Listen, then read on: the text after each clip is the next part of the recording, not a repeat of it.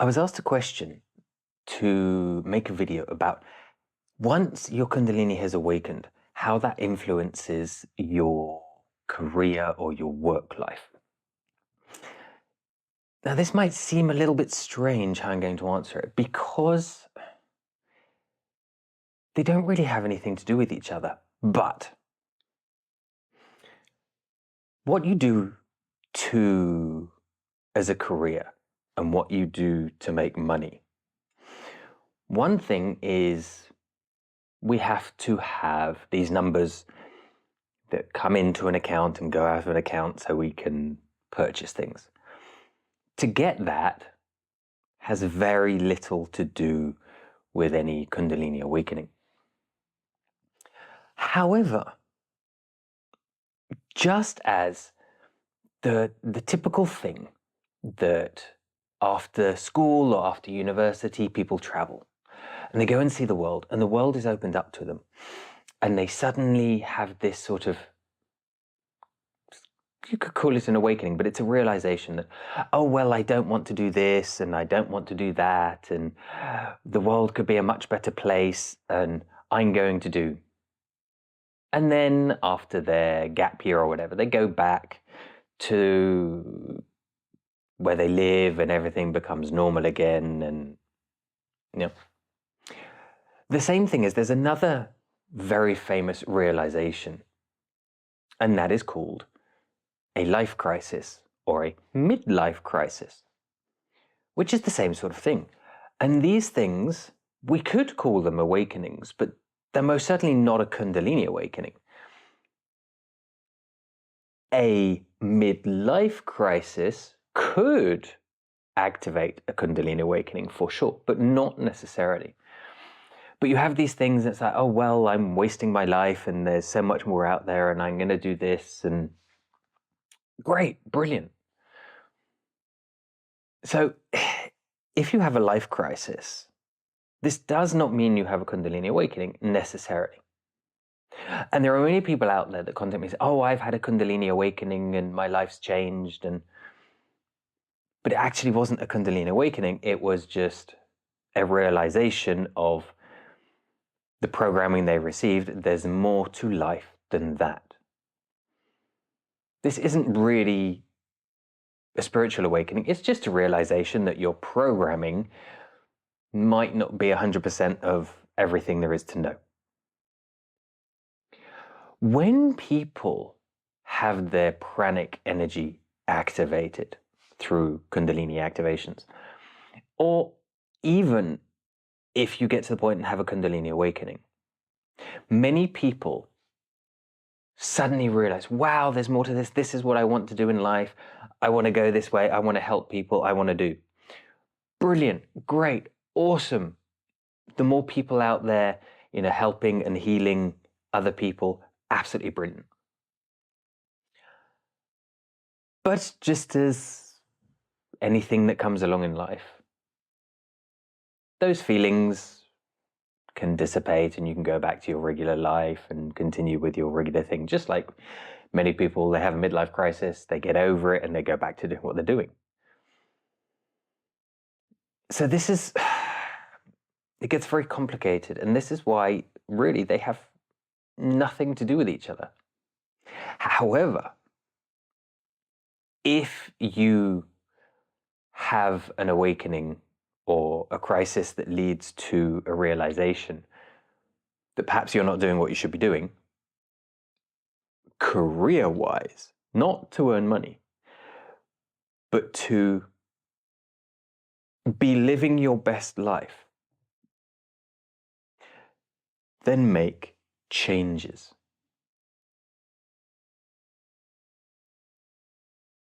Follow your intuition, follow your guidance, make changes.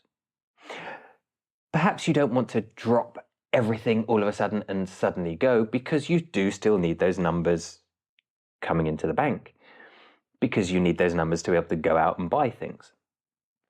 Those numbers, money. Money used to mean something. It's just numbers on a computer screen these days. But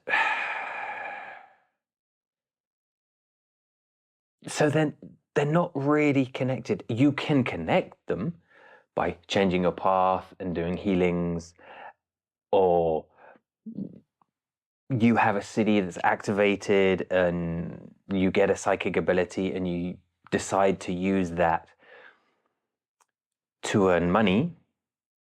Okay, go for it. Brilliant. Awesome.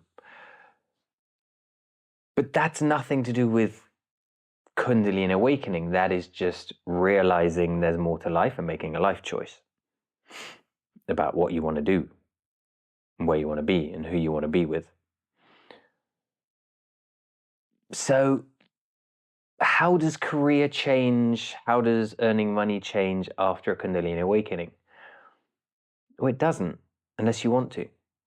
Because you can continue in the same life you had. Now, you might change your friends and things like that. And okay, if you're in a very toxic work environment, you will most likely want to change that.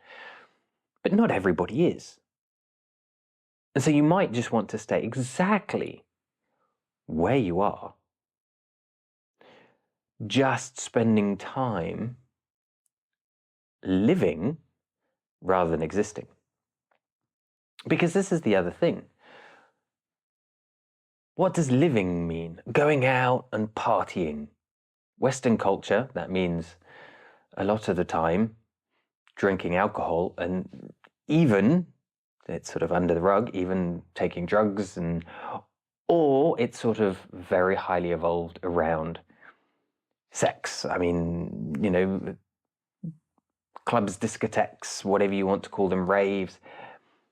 There is the part of going deeper within yourself, but then there is what we can call the meat market, and it's basically trying to find a partner, whether that is for the night or whether that is to find a life partner. It's just a social event where you can meet people. But parties are parties. Does party mean living? Does traveling around the world and experiencing new things mean living? Both things are just like any sport. It's occupying your time. It's the same as screening on a phone. It's just occupying your time. You can occupy your time however you want. Now, we could also argue, well, sitting in meditation and connecting with the energy is just occupying your time. But at the same time, when you're doing that, you just feel whole, you feel connected. You let go of all your past traumas and fears, and you become whole. That is far more living than going to another party, going to another country, experiencing other cultures. Taoism says the key to the true Taoist is not going to the mountains and to the monastery and living there. And the key to true Taoism is staying connected to the energy where you live already. Finding the balance between the two. Of course, Taoism, Kundalini, awakening, connecting to the energy, flowing with the Tao, it's all one and the same thing. To take energy further, to grow, to learn, perhaps even get to a point where astral projections come into play and experience new realms outside the physical body. You could say, well, that's just the same as traveling the world. Perhaps. But perhaps there's more to it as well. So just know that just because you have a Kundalini awakening doesn't mean to say your whole life has to suddenly change. It may, if you feel that you have a realization that what you're doing is basically a complete and utter waste of time, and you wish to experience more of the world, more cultures, see more people, meet more people, or less people, go with the flow. Perhaps it just means you will be spending your time at home, meditating, connecting, feeling whole. Nothing more. It's not about changing careers. It's not about anything like that. It's about becoming whole within yourself.